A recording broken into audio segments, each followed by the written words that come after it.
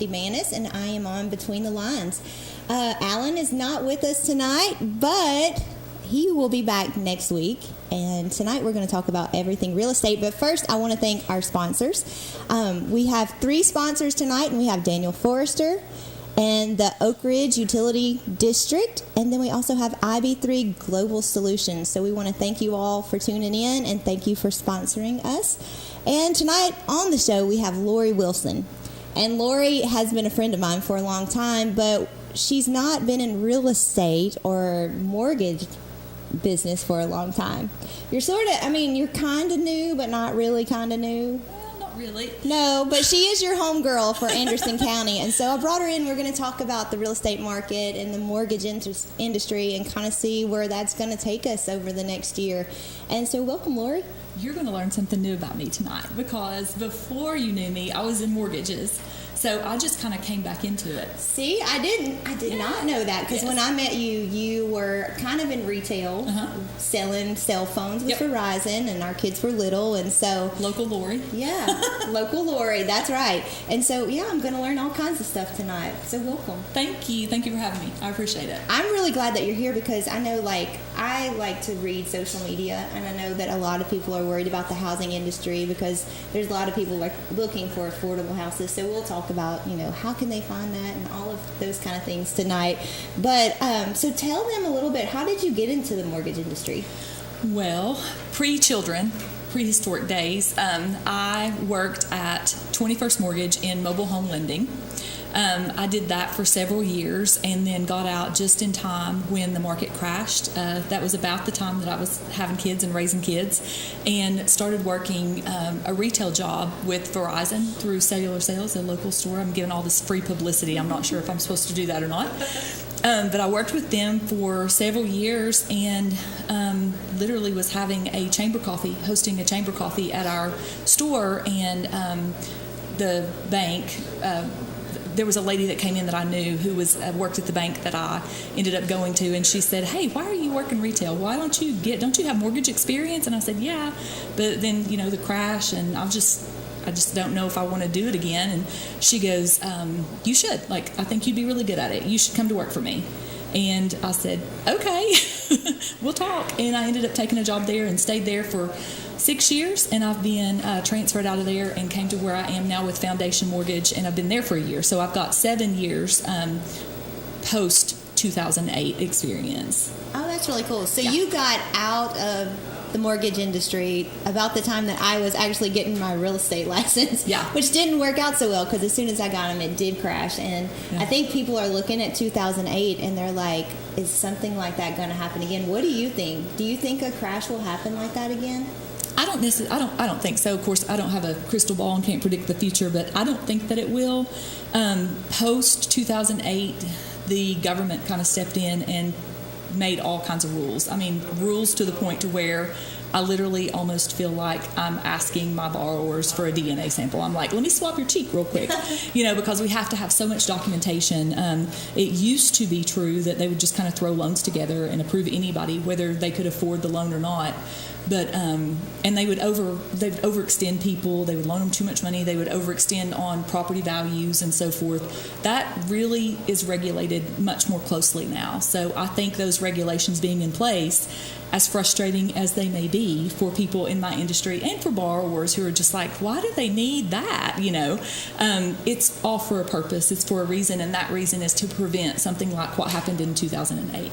Right, because in 2008 they were just handing out loans to anybody. Isn't that right? Yeah, and a lot of people lost their houses because of it. Yeah, I think I was reading when they were watching the boom and thinking another crash would come. There was some 10 million people who lost their house in 2008, and I mean, I would say that is enough. That regulations should have been in place before then. Yeah, and a lot of people should have gone to jail. Who avoided that for somehow. I'm not sure. I don't know how they did that either. And I know people in our area who lost their house during that time. There were a lot of people who struggled through that, and I think that's why they're so fearful now. People who lived through that are really kind of scared at this point, saying, is this, like you said, is this going to happen again? Are we going to see a repeat of 2008? But in my opinion, I don't think that's going to happen. I think I have more concerns about the economy as a whole on a global scale than I do about the mortgage business or the real estate business kind of like singled out. Like I don't really worry about that as much as I worry about just the overall economy. That makes a lot of sense. And speaking of the economy, we'll just jump into this because I know people have been watching the interest rates, and they were like bottomed out last year, but now you see them, they keep creeping up, and that is to kind of help the economy balance out. Is that correct? That's true, and I get frustrated because people want to compare where we were to where we are now. And what people fail to realize is those 2% interest rates were never sustainable. That was literally what they put in place during a global pandemic where the entire world shut down. So not just like part of our country, the entire world closed down and said, closed up shop and hung up the, out of office sign or whatever. They dropped those rates to keep the wheels slowly turning on the machine, basically. So if you look pre-COVID at rates compared to where we are now, we're not that far off, considering inflation is what it is. Because the last time that we were even close to the rate of inflation that we're at now, rates were, I think the average rate was somewhere like 16%. Wow. Yeah. And that was back in the 80s. So well, I saw that you had found a card when you were walking through a house, and it said some crazy amount, like 18%. Actually, that card came from Bear Stevenson. He carries that in his wallet all the time, and he showed it to me at an event. So. Oh, wow. Could you imagine having a house with an 18% mortgage? No. No. It's so, of course, you have to consider that prices back in that time were average probably $40,000. Right. Whereas now, you're not going to find a house for $40,000 at all. You may find a tiny house. No, you're not going to find a tiny house. You're not going to find anything for $40,000. My friend has a tiny house for sale right now. It's literally one of those tiny houses, and it's $64,000 for it, and it's, it's teeny tiny. You're not. So now you've got to take the average home price, which I saw something today online, and I want to say the average home price is up over $300,000 now. And so, you take that in comparison to the, $40,000, $50,000, and back then that made the payments way less affordable, obviously, when interest rates went so high. And that's what's happening now. Interest rates, people were used to seeing what their monthly payment would be at a 2% rate. So when they refinanced and they got kind of used to this payment, and then they go to upgrade, and all of a sudden they're hit with a 6.5% rate or a 7% rate even at some point, it's certain times in the past several months, and it's really a big difference. It makes a huge difference in affordability and how much they can borrow for the same payment. And are you seeing that people are a little bit kind of afraid to either refinance or even look at a mortgage right now with the interest rates having gone up? Kind of. I personally try to put their minds at ease to say, listen, we're really not that far off from where we were, considering, inflation being what it is. Right. We were hovering right close to 5% pre-COVID, and now, we just came out of the 5s back into the 6s. It's not that bad considering inflation is insane. Right. Right now where, eggs are like gold. It's really not terrible as what I think the perception is. And I think that perception exists because you've got people making those comparisons from COVID to now. Right. Versus making those comparisons pre-COVID to now and saying, oh, we're really not that far off. And thank God that we're not where we were in the 80s in those double-digit rates of, 16, 17, 18%. Right. I think when I got my mortgage, and it was 7 years ago, it was a 4% rate. Yeah. So, it is kind of normal between 4 to 7% right now, even though it looks scary. Yeah. But, I wasn't in real estate during the pandemic, but I was in a construction industry. And so I talked to builders, and builders had financed their land for 2 and 3%. But now that they are actually getting to this position, they can't buy any more land. Right. And they can't really afford to build any more houses because they're having to wait until the prices drop because all of their materials have gone up. So it's not just interest rates, but everything that's gone up. That's it. And, a house that was $350,000 in Knoxville is now $750,000. Same exact house. Yeah, look at Nashville. You can't afford to even live in Nashville right now if you're starting out or just like a middle income a median income family. You're not going to get anywhere close to Nashville right now, because the thing about property values is they tend to always increase. Well, they've increased exponentially over the past couple of years. I mean, it's been probably at a higher rate of growth than interest rates have moved. You've seen property values jump. And part of that is because new builds were costing so much more. So that drove the rate of comps up. Mm-hmm. Another part of that was what happened in other parts of the country where the COVID regulations were so strict that they were strangling people, and they decided, we're moving, we're out of here, we're going to Tennessee. Mm-hmm. So they'd sell their home in California, have a boatload of cash, come to Tennessee and just make crazy offers on houses because they could. Right. And because they were used to seeing California prices, so they see our tax rate, they see the fact that they don't have a state income tax, and they come in and they're like, holy moly, we're going to, you want $275 for this house? Here's $325. We want it. Don't let anybody else have it. We're going to offer $50,000 or whatever, over your asking price. Well, what that does in turn is it drives up the value of all the houses in the area, because that house is now considered a comp or a comparable to, if you have an appraisal done, they're going to look at comps in your area. So a house that was maybe for sale for $275 that sold, ended up selling for $325. Because somebody came in and offered this huge cash amount, that's $50,000 inflated over the asking price, which would have been the appraised value. Right. But the people coming in, they didn't care about the appraised value. They were like, don't need an appraisal, don't need a home inspection, don't even want to look at the house. Here's my money, take it. And that really drove the cost of everything up, between new builds being so much more expensive due to the cost of lumber and all of the influx of people coming in here who were willing to pay way over value for these houses. The home prices, the interest rates, but the home prices are really what have made a huge difference in affordability. Right, and I met a lot of those people that came in and bought houses, and some of them bought them just like sight unseen. They'd never seen the house until they walked in the front door. So and common. I could not imagine doing that, but Tennessee is so attractive because of our taxes. We don't have to pay state taxes, and there's a lot of business owners who moved here because a lot of businesses have really good tax breaks. Oh, yeah, there's all kinds of tax incentives. I know there's a lot in Anderson County. Clinton took advantage of some of those down near the interstate, where they incentivize businesses to come by saying, hey, you don't really get this huge break.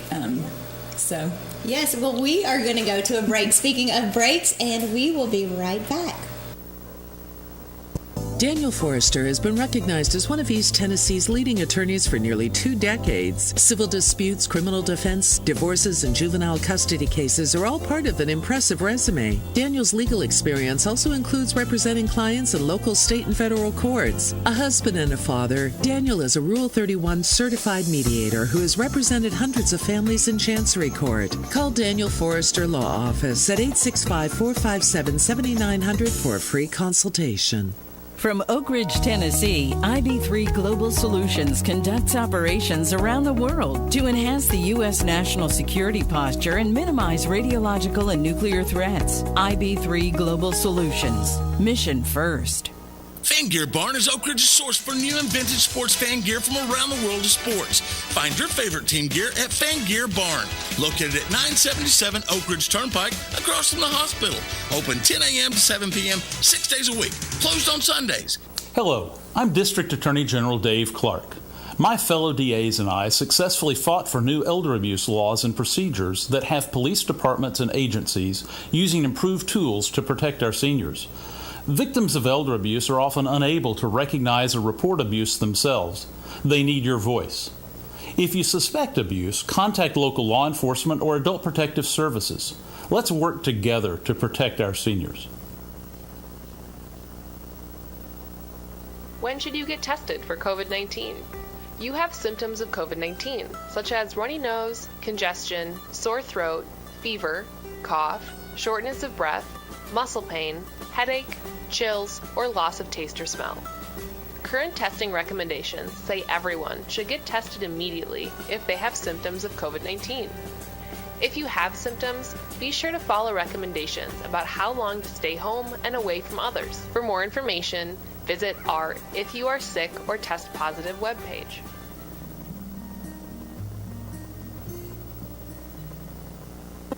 In East Tennessee, winter can be a wild ride of constantly changing weather and cold outdoor fun. Warm up with natural gas heat, hot water, cooking, and soft, comfy clothes. More affordable and reliable than electricity, natural gas makes homes cozy and more valuable. Whether you're a contractor or savvy homeowner, switch to natural gas for your primary energy source. Visit us online at orud.org or call today. Oak Ridge Utility District, your affordable energy source.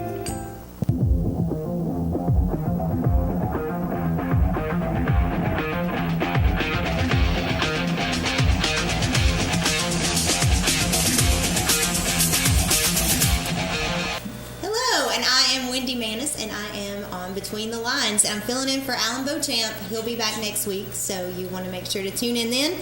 But right now we're talking about the real estate market, and we were just talking about this crazy boom and how, people are just paying outrageous amounts for houses. So Lorie, when people started coming into Tennessee and just paying cash, sight unseen for the houses, how did that affect the market? Well, it really affected it in a positive way if you are a homeowner and your home value just shot up. So that's positive that you've got more equity in your house. If your house is valued more and the amount that you owe on it didn't really change, but your value went way up, then you've got more equity. People don't care for that so much when they start to reassess your taxes, though, because they're going to reassess on that new amount. But it just depends on who you're talking to. If you're a homeowner, then you love the fact that you've got more equity in your home. If you're trying to buy a home, you're kind of disappointed in the fact that you feel like you're overpaying. Right. Well, I know when that craziness started, I was like, oh, it should be appealing right now to sell my house for all this money. Because, I didn't buy my house for a lot of money right there in Clinton, but it had acreage, and I was like, I want to buy this house. Mm-hmm. And so when I went to buy the house, it was like $103,000. Yeah. And then I started looking at the cost mid-2020 or end of 2020, beginning of 2021. I was like, ooh, $200,000. That's kind of attractive. Mm-hmm. But where do you go? You can sell your house, but are you going to find a house that you can even go live in? Are you seeing that happen to people? Oh, yeah, especially with inventory being lower than we're used to seeing. So you've got fewer houses. You've got the houses that are out there that are priced way less affordably. So it just, if you're in the market for a house, it's been a very frustrating time, especially for first-time home buyers. It's been very frustrating for them to try to find something because there may be somebody who will list their house, but there's 20 people standing in line, beating down the door, trying to make an offer on it. So we had to really be on our game to be ready to have those pre-approval letters ready in hand and to make sure that people's qualifications were still current, because what you qualified for at a 4% interest rate is a different number than what you're qualified for now that rates are 6 and 6.5%. So we had to really be sure that everybody was ready to go, because when those houses came on the market, they were gone. I mean, they were literally gone, like quicker. Sometimes they didn't even really get them advertised. I mean, they would, the minute that even somebody mentioned the fact that they were going to sell their house, there were people like in line waiting to make an offer.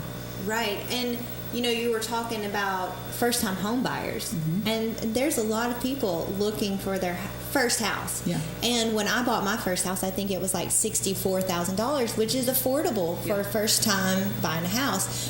What are you seeing now? Like, how are these first-time home buyers finding a house they're looking for, and what is the price range that you're seeing that they're having to go to? Golly, Moses, that's tough, because the first-time home buyers that I'm seeing are frustrated. They're frustrated because they're like, well, I only qualify for $250,000. Well, that won't buy me anything. And I'm thinking, oh my gosh, my first house was like $50,000. And that's of course that's been ancient history ago, but they're very frustrated, just trying to find something that's in their price range, that's not falling down, or that doesn't need $100,000 worth of improvements.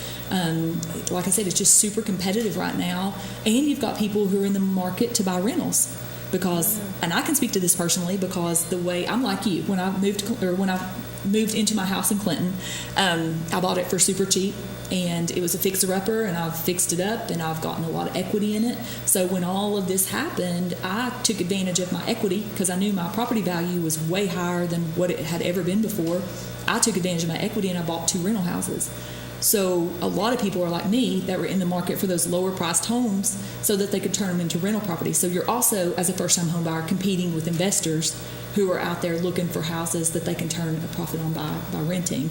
And what's another thing that's been frustrating for first-time home buyers is there's no place to rent. So if you can't find a house, you also can't find an apartment.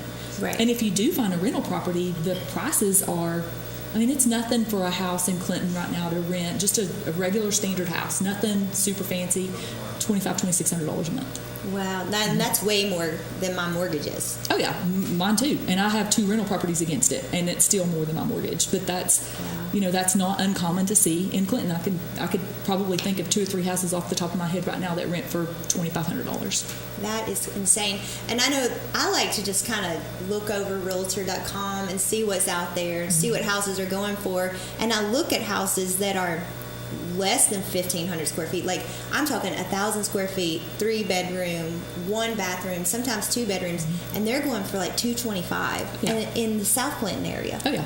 I had a friend who is a realtor who called me today, and she goes, do you know of anything in Clinton under $300,000? I've got a buyer who needs something under $300,000. And I've hopped online and I'm looking and I'm like, there's like 3 houses, and a couple of them are like 1,100 square feet. For $300,000, Right. And everything that was under that was contingent. Like, it was already like under contract, where people are literally like chomping at the bit trying to find a house under that $300,000 mark, and that's not an inexpensive payment, no, by any stretch. So no, because is that still coming off of where people were just paying cash and driving the market up? Because the comps are so, it drove the cost of everything up because you've got these comps. Now it's kind of flattened out now, but you still have these comps because everything that's sold in the past year sold for well over what it would have been valued at had all of this not happened. Right. With all the bidding wars and the sight unseen purchases and everything. So there's a lot of factors involved in what's happened in our market and how that's just made it so challenging for people who are just trying to find a home. And do you think that those prices are going to come down, or do you think they're going to stay up? I think about this, when has the price of housing really dropped? Right. So when I was probably my 20s, I remember looking at houses for my first time, to buy, and a nice home was like $100,000. And I remember thinking, $100,000, like, how do people pay $100,000 for a house, And to me, that was just outrageous. I just, but that was the average price, And now I look and I'm like, holy, moly, I can't get over the fact that you've got all these people beating down the doors trying to find something under $300,000. My dad, who's a very wise man, told me when, and this is not political at all, not politically motivated when I say this, but Dad said when they start pushing for this living wage or whatever, he said, it's great. That's great if they could just push for the living wage and everything else stay put. That would be ideal. But what will happen, and he goes, mark my words, as they raise the minimum wage or as they raise the living wage, everything else will follow suit and it'll all get more expensive. So it's relative. It's not that you're making more money that's making it more affordable for you and your family because you're making $15 an hour now. Right. What good does that do you if you're paying double for rent? Right. Or double for a loaf of bread or a dozen eggs, So. And that is a huge issue right now, like, because everything, like eggs are $6 or more. I get real tempted when I see them, on Facebook that they're like $3 or $5. I'm like, oh, there's fresh eggs. Yeah. But then they're all gone by the time I can respond. They can't lay them quick enough. So you have eggs and groceries, and you have, everything else is going up. But most people are not getting a raise because their employers can't afford to give them raises. So they can't find people to work. And they can't find people to work. Yeah. And so then you're just stuck in the same place while everything, and then it makes the whole, like, middle income. Yeah, it's concerning. Like I said, I think that I have bigger concerns personally than interest rates. Yeah. I think about the fact that when I'm old and maybe possibly in a nursing home, my kids, hopefully, you never know. I mean, there's situations where that, that has to be the case. Who's going to be taking care of us? They're so short-staffed as it is, and it's not getting better. Like, they're having to bring people in from out of town and pay travel nurses to man nursing homes just to keep the doors open. Right. And it sort of seems like with the whole with the way the prices have gone up with houses, like I have a 20-year-old and he can't find a place to go and rent, and it sort of seems like you're going to come back to that whole family dynamic of living together until something else changes. Absolutely. And if I could give advice to parents, educate your kids. Educate your kids about credit, about saving, about how it all works. And if you don't know, then ask somebody. Educate your kids, because they're going to need that education to get, just to be able to get ahead without having to struggle and piece it all back together. Because so much of the time, I'll have people who really just did not realize the impact of paying something late.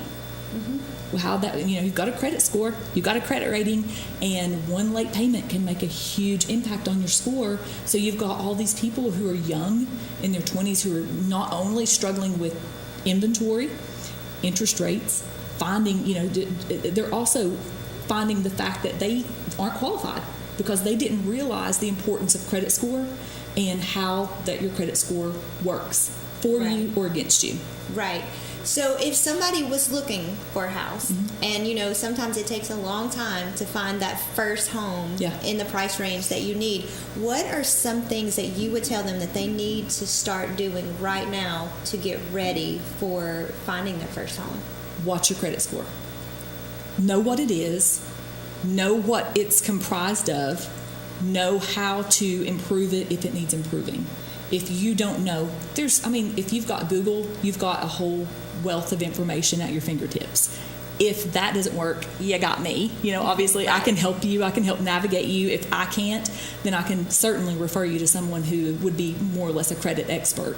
But credit is huge. I would also say save your money, because so many people hear about first-time home buyer programs and no money down and all of these things, and that's all well and good, but they forget about the fact you're going to want a home inspection. Well, that's paid before you close, so you got to pay for that. You got to have an appraisal, and appraisers are charging way more along with everybody else. You've got to have money for that. You got to have moving expenses, money to move, like to rent a U-Haul or rent movers or whatever. Turn your electricity on. Turn your electricity on, all your deposits for your utilities. Like, there's a lot of expense up front that you're going to have, and I have more people than I can count who apply, who I'll say, okay, so with your assets, tell me about your bank account. What's your bank account balance? And it's like, I think I've got like $250 in there. And I'm thinking, oh my gosh, like, you're trying to buy a house. Like, you've got to have something in the bank, So save some money. You don't necessarily have to have tens of thousands of dollars or 20% down. That's a total myth. But you need some money, so. Well, we're going to continue to talk about that when we come back, but we are going to go to our sponsors right now, and we'll be right back to talk more about real estate. Daniel Forrester has been recognized as one of East Tennessee's leading attorneys for nearly 2 decades. Civil disputes, criminal defense, divorces, and juvenile custody cases are all part of an impressive resume. Daniel's legal experience also includes representing clients in local, state, and federal courts. A husband and a father, Daniel is a Rule 31 certified mediator who has represented hundreds of families in Chancery Court. Call Daniel Forrester Law Office at 865-457-7900 for a free consultation. We should never lose sight of our health. To keep moving forward, let's not forget everything we've learned. Limit the salty food options. Make your own daily exercise routine. And always receive regular checkups. More than anything, we have learned how important these small steps can make a big difference, so we can all continue to move forward together.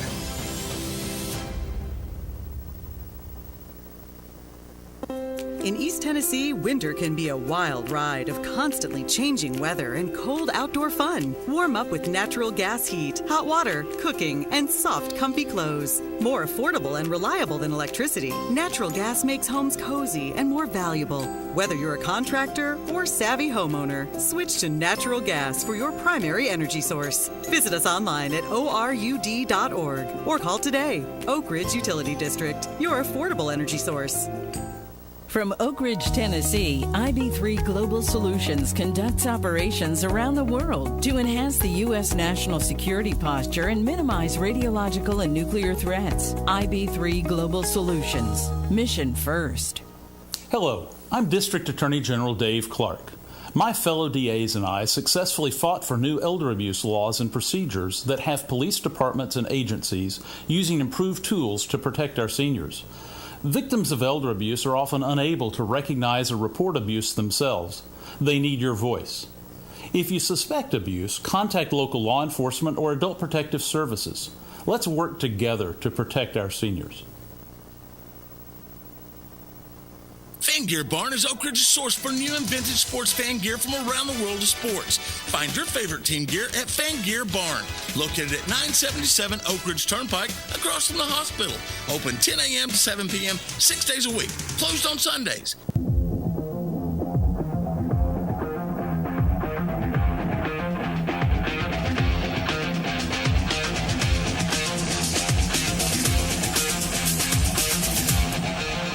Welcome back. We are talking about real estate, and I am Wendy Maness, filling in for Alan Beauchamp.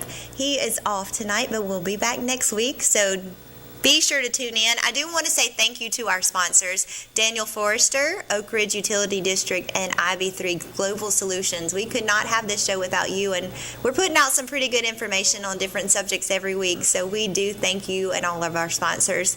And Lorie, we were just talking about first-time home buyers, and what are some documentations that they would need to have? Okay, so we typically would need their ID, of course, 30 days pay stubs we would need, unless they're self-employed, at which time we'd need 2 years worth of their tax returns. We need 2 years worth of their W-2s or 1099s. And when I say 2 years worth, I mean like if you had 10 jobs in the last 2 years, I need them all. We need 2 months worth of bank statements from the account that you're planning on using for the transaction. So if you're going to write a check for earnest money or whatever, I need that account. I need 2 months worth of statements. And people get really kind of sloppy with their documentation, and it drives me a little bit crazy because I'm slightly OCD. But I'll have people that'll take photographs of their bank statements and text them to my cell phone. Oh, wow. Like picture, and it's like 15 pages long, and then they, and it's cut off and it's wrinkled and their thumbs over the, deposit on the, so 2 months worth of bank statements, like clearly, clear, nice bank statements like that show everything. Kind of in a Google Doc and send it all. Yeah, like a PDF is fantastic. Not that we can always get that, but it's always welcome. They would have to shop for homeowners insurance, and so we would need a copy of that so that we'll know how much that's going to cost. We have to factor that into their loan.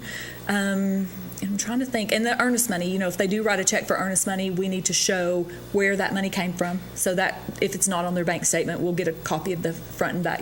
Obviously it hadn't cleared yet, more than likely. Right. Get a copy of the front and back of that canceled check once it clears their bank. So that's the majority of it. People don't realize why we ask for these things or why it's so important. With income, it's super important because you may think you make $10,000 a month, and it's because you're counting $2,000 worth of overtime, but you've only been on your job for 8 months. We can't count that overtime. So there are all kinds of little ins and outs, things that people don't realize that we have to know as mortgage lenders or as experts, that we need to verify by looking at your paycheck stub and seeing what you actually make according to Fannie Mae, Freddie Mac. Right. So. And do you ever have anybody they're like a little hesitant to give you all of that information? Do you ever have sometimes, anybody? Yeah, especially sometimes.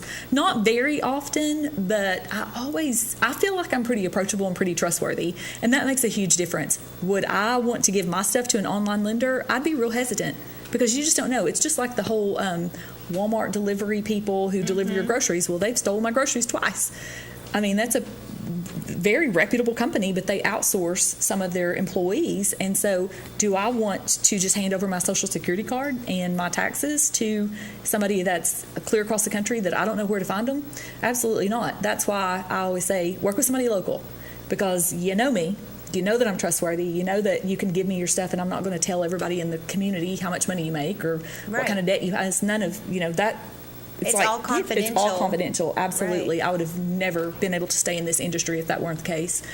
But choosing somebody local, I think I don't have a lot of that hesitation, and I think it's because I'm local and people know my reputation and they know that I would never compromise that. Right. And I think that's very important, because I know I have worked with, realtors that I didn't know very well, and it ended up turning out horribly. And so, and that goes with like even different companies. It's always nice to work with somebody you know and you trust, and working with the local realtors and the local lenders is a very important thing. Absolutely. Because then you have that trust, it's going to be confidential, hey, they got my back if something goes wrong, because there's things that go wrong in the middle of, buying a house. Yeah. And at last minute you find out and you're like, oh my gosh, what do I do now? And you have that person that you can call because you do trust them. And all this paperwork that you were talking about, I remember having to get it together, and I was like, oh my gosh, this is a lot. But staying organized and making sure that you have all this when you even start looking for a house is important, isn't it? If you're thinking about buying a house, start keeping everything, keep all your documentation. Don't go out applying for a Kohl's card. Even if the discount's good, right? Even if the discount's good, just hold off. Like, don't go trade your car. Don't quit your job. Like, don't go from a W-2 job to a 1099 job. Like, there's so many things that we're like, no, don't do that, because that can kill the deal. Absolutely take a great credit-worthy deal and make it something we cannot do. We run into it all the time. I had a guy who worked at the plants, and he'd been there for like 19 years. I'm talking like an 800 credit score, perfect candidate. And his wife got a job that provided her insurance. And so he went to him and he goes, hey, I don't need your insurance anymore.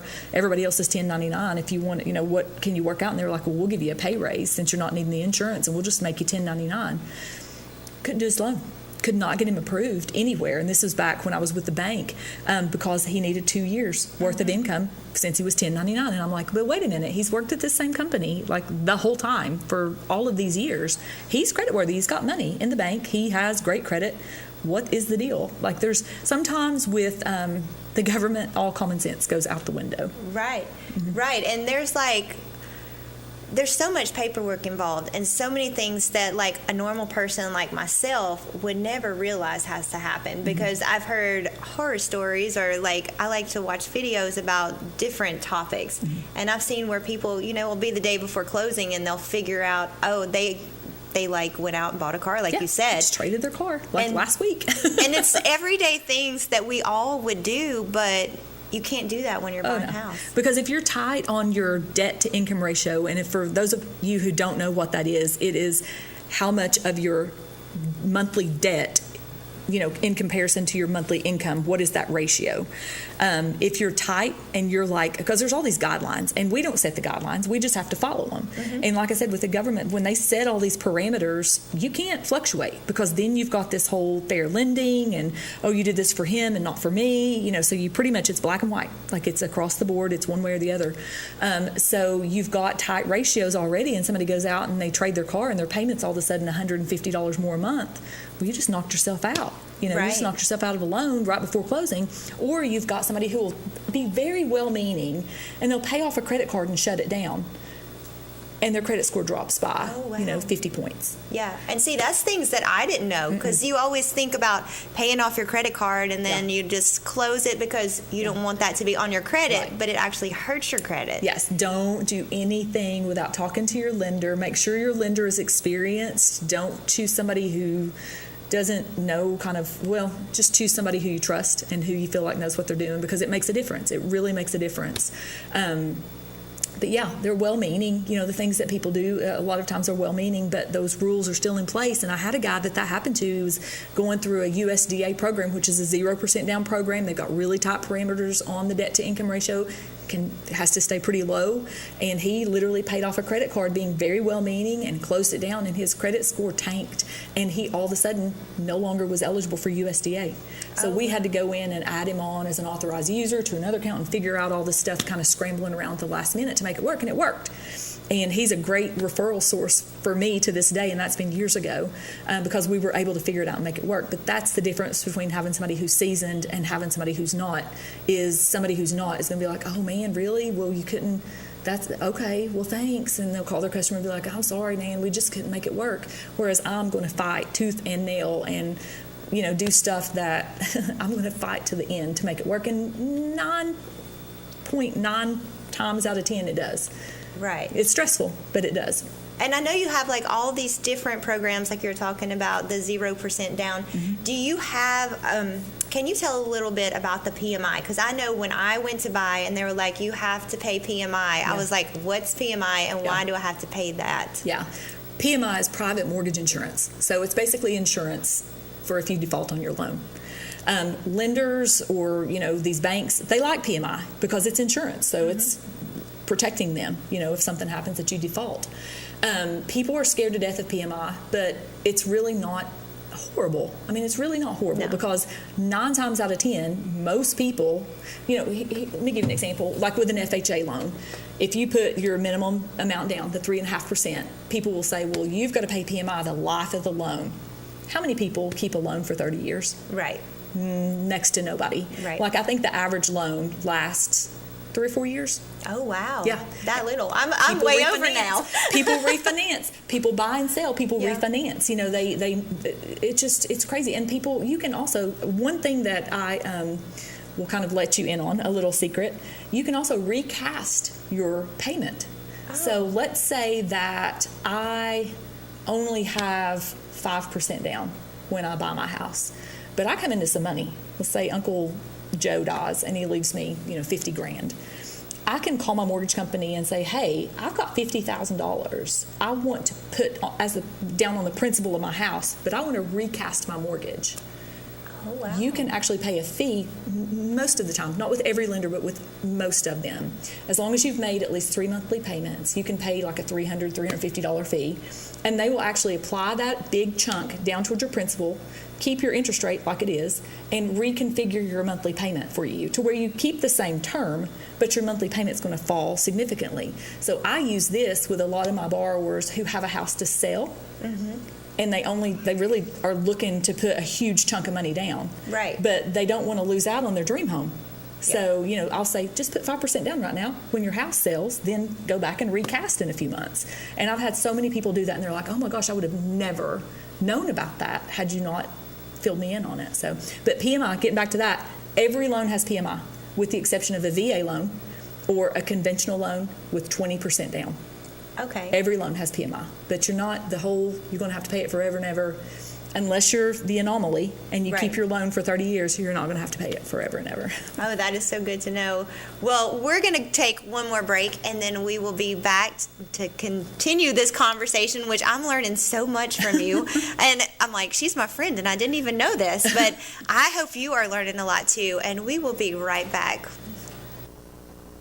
Daniel Forrester has been recognized as one of East Tennessee's leading attorneys for nearly 2 decades. Civil disputes, criminal defense, divorces, and juvenile custody cases are all part of an impressive resume. Daniel's legal experience also includes representing clients in local, state, and federal courts. A husband and a father, Daniel is a Rule 31 certified mediator who has represented hundreds of families in Chancery Court. Call Daniel Forrester Law Office at 865-457-7900 for a free consultation.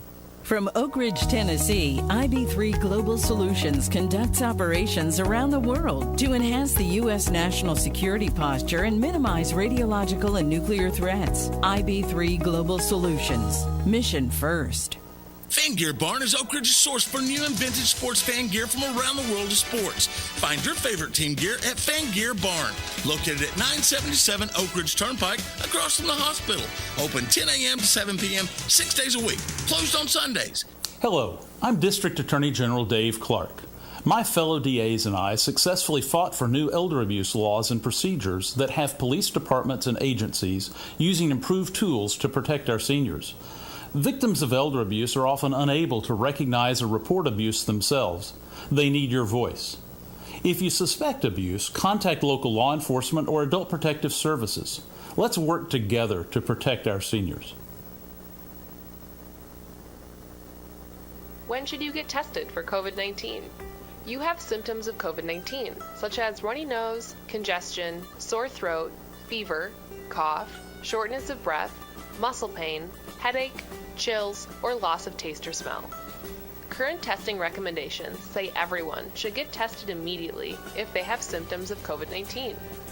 If you have symptoms, be sure to follow recommendations about how long to stay home and away from others. For more information, visit our If You Are Sick or Test Positive webpage.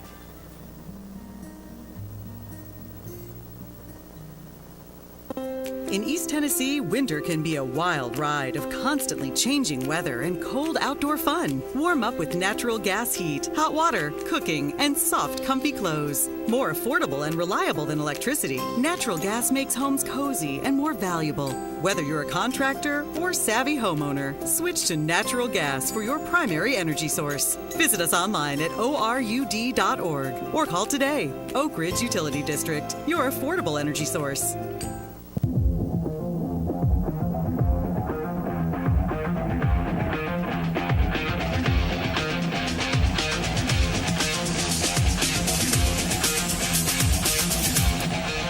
Hello, I am Wendy Maness, and I'm filling in for Alan Beauchamp, and this is Between the Lines. We are so glad that you are joining us tonight to find out everything about real estate that Lorie can give you. And we were just talking about, like, the PMI and why you have that. But Lorie, you were talking about how you worked at a bank and now you're with a lender. Like, can you tell me the difference in those two? Sure. So I did work at a bank for 6 years, and I most recently, back in February of last year, changed over to Foundation Mortgage Company in Knoxville. They're a brokerage, and so with a bank, the bank that I worked for was wonderful, but they decided to get out of anything that wasn't in-house. So they didn't want to deal with Fannie, Freddie, and all that kind of stuff because there's just so many rules and regulations involved in that, and it's very hard to balance that with the FDIC's oversight. So they decided to just stay with everything in-house, which totally understandable, and I stayed on with them, but really kind of wanted to stay with what I was doing. Not, I loved the bank, but I wanted to keep doing what I was doing because I felt like I was good at it, and I had a good sphere of people that, who made referrals and so forth, and I didn't want to lose that by doing something different. So I shopped around for different places that I wanted to go because I had the opportunity to actually look for a job, and I found Foundation Mortgage Company, and I chose them because they are a brokerage, and what that means is they outsource, or they basically shop around to different lenders. So like, I'm local, I'm who you'll deal with, you'll have my cell phone number. Like, if you like some of my customers, you drop your stuff off at my house, but I'm local, you'll deal with me, but I can pair you up with, on the lending side, like on the money side, where the money actually comes from, some of the really big names in the industry, like Rocket Mortgage or Flagstar or Mutual of Omaha, or a bunch of others. I'm talking like 15 or more different investors that we use, and so I can shop those with one credit pull. I can look at all of their interest rates and say, hey, this company's running a special on VA purchases that they're giving us like a 0.5 point discount today. So Joe over here is applying for a VA loan. Let's put him with this company because he's going to get better pricing than anybody else is offering right now. So with one credit pull, one application, I can actually shop over a dozen lenders and kind of customize the program that best fits you with the lowest interest rate that I can possibly get you. And people think, well, wouldn't I pay more with a brokerage? No, because we are wholesale. We're on the wholesale side. If you go directly to that lender, you're going on the retail side. So it's the price to where they're not actually competing against themselves. So like if you come to me, Rocket Mortgage can't quote you a lower rate than what they're pricing to me to quote to you, if that makes sense. Yeah, that makes a lot of sense. So when someone is deciding to look into buying a house, they should really shop around and find where they're going to get the best rate with that person they trust. Because there's, you hear about like the credit unions or the local banks, and sometimes you don't know about these other, like you were saying. Yeah. I never heard of some of that. Yeah, well, I always say you get the best of both worlds going with a broker, because you get that personalized experience, you get that individual person that you trust who can handle your loan from start to finish, but yet you get the advantage of the rates and the smooth process that that comes along with some of the bigger named companies, because they've got the software and the manpower to just make it really flawless. Credit unions are a little different than what we do. They have some programs that are kind of in-house more or less. So it's just different. Like a lot of times there'll be people that'll shop around and they'll call and be like, I had one, for example, who called and said, yeah, I shopped, and why is your rate this and their rate's that? Well, because their rate's only fixed for 5 years in this particular case. It was on a piece of land. Right. My rate was fixed for the entire length of the loan, and their rate was going to change after 5 years. So you really have to make sure that when you are shopping that you're comparing apples to apples. But with a brokerage, I can shop for you. So I can actually look at all the different companies and give you the lowest rate. And we're very competitive. Like, I'm more competitive where I am now than where I was. So. And you were talking about the fixed rates. Like, it's really important that you know what your rate is, because you can think that you have a fixed rate, but it actually be something else. And then, in 5 years, your mortgage goes way up and you're not expecting that. Yeah. And so that's super important to ask those questions as well. Right now, especially because you cannot take for granted that rates are going to come down. Mm-hmm. You can't take for granted that, in 3 years you're going to be able to refinance that loan, because right now the economy is not anything like we've ever seen before. I mean, it's different. It's really different, and it's on a global scale. So I always say, I play it safe. I would rather have that fixed rate that's a little bit more and have the opportunity to maybe refinance down the line than take an armed rate and roll the dice and possibly be stuck with who knows what the rate would be when that 5-year term comes up, or the 10-year term, or whatever it is, depending on the loan type. So and we've been in the buyer's market, and we're kind of thinking that maybe that'll even out. And what do you think is going to happen after that buyer's market? Like, do you think people will start buying houses? Do you think they'll stay where they are? What do you think will happen there? Golly, I think that we really need some builders to start building. I think we need more housing. We need more affordable housing. We have a huge influx of millennials who are ready. They've waited. They've been very responsible, and they've saved and done all the right things, and now they're ready to buy a house and they can't find one to buy. Right. So we're going to have to understand that this is a bigger demographic than the baby boomers. Mm-hmm. You've got baby boomers who are still living in their homes. I mean, they're still living there. They're not selling or mm-hmm. You've got this huge influx of millennials who have no place to go. So we really need builders to build and to increase the number of rooftops and to try to, make it affordable. Right, and not only do you have the millennials, but you have that Gen Z that's right behind them.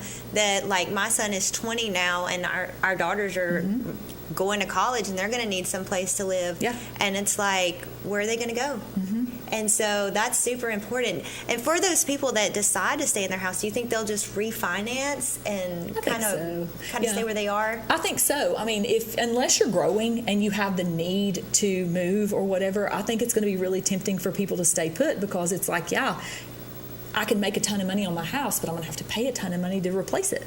And sometimes I'm going to be replacing it with something not as good or not as big for the same price. Mm-hmm. So I really think who has an advantage right now are people who, I have a house and he has a house and we eventually get married and we have an extra house.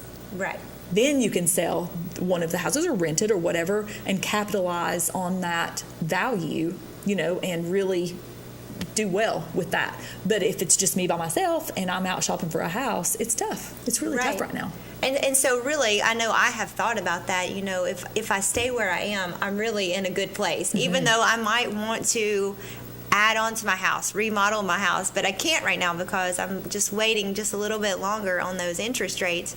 It's really the best place to be, just to be kind of content with where you are, if you can be. Yeah, especially, I'll give you an example of somebody who I know who built a home recently. It's so easy to go over budget with a new build, because from the time he got his quote or his bid from his builder and he actually got his home dried in, his lumber expense went up $68,000. Oh my word. That's a huge jump. It's huge. It's not just light fixtures or tile or something being overpriced or not on sale. Like, you're talking $68,000. Right. And so when something happens like that and they're like in the middle of a loan, what happens? It's tough. It's really tough. They shop and they call me and they say, hey, here's what happened. Can you fix it? Right, because your payment, your loan changes at that point when you're talking $68,000 difference in lumber. It's huge. It's very huge. You need to, if you are building, you need to not go into building broke. Right. Like you need to, and in this case, the people that I know, they didn't do that. They were fortunate enough to have really good jobs and really good savings, and they're going to be fine. But in so many cases, I had somebody that called me today, and she's like, how much do I have to build? Like, I've got a piece of land worth this, but I really don't have any money. How much? I just want to be like, yeah, you can, but do you want to? Right. What happens if it's especially with a one-time closed construction loan where you close before you even dig a hole. Right. This is your budget, and you have to stick to it. And that's the good thing about, if you find a good builder, they'll give you a budget, and most of the time it'll be pretty close. But I know we did that, and then that's when their interest rates shot up, and we were like, oh, let's back off of this, because we were going to build an addition to our house. It was a pretty big addition, but it was $300,000, and I was like, what? It shouldn't have been like that. And last year, or 2019, it wouldn't have been like that. Yeah. But finding a builder that you trust when you're wanting to build a house is very important too, because they're going to be honest with you. Yeah. And again, going back to working with someone local. Yeah. Because when you don't work with someone local, you don't have that trust built up. Right. Check references. Check references on people. I know that, in a small town, you have to do a good job. You have to treat people right. You have to, if you want to survive in this industry. And I think I was telling you before we started that getting started was really hard, because you have to build your pipeline. You don't have any experience. You don't know what you're doing, and people don't trust you because it's just you don't know how to structure something. And as you gain that experience, that's when people really feel like, oh, okay, she knows what she fixed this, or she fixed this for my mom and dad. They got turned down from a couple of different lenders, and she was able to get them closed. That's where, the experience really comes in handy and everything. But reputation is everything in a small town, especially. Right. And everybody knows you here in Anderson County as the home girl. Yeah.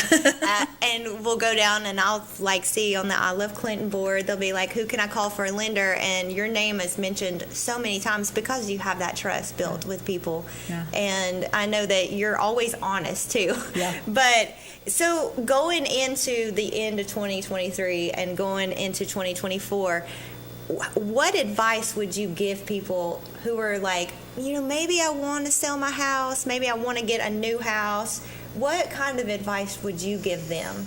Think long term.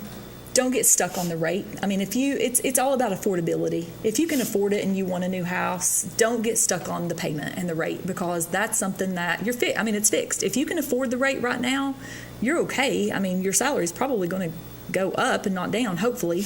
But don't get so hung up on payment and rate, because that is something that hopefully will come down and you can refinance and you can drop your PMI. Once you get 20% of equity, if you're in a conventional loan, once you get to a 20% equity situation, which means you owe $80,000, your house is worth $100,000, you've got 20% of equity, you can drop that PMI. So, there's ways that you can actually decrease your payment as you go along. You can shop your insurance. A lot of people are overpaying for insurance, and they don't realize it. Shop your homeowner's insurance. That's something that we just take for granted, and we just kind of keep it in place. I shopped mine recently, and I was shocked at how much money I could save. And I'll get people that'll send me a quote that, they'll send me their homeowner's insurance quote, and I'm like, whoa.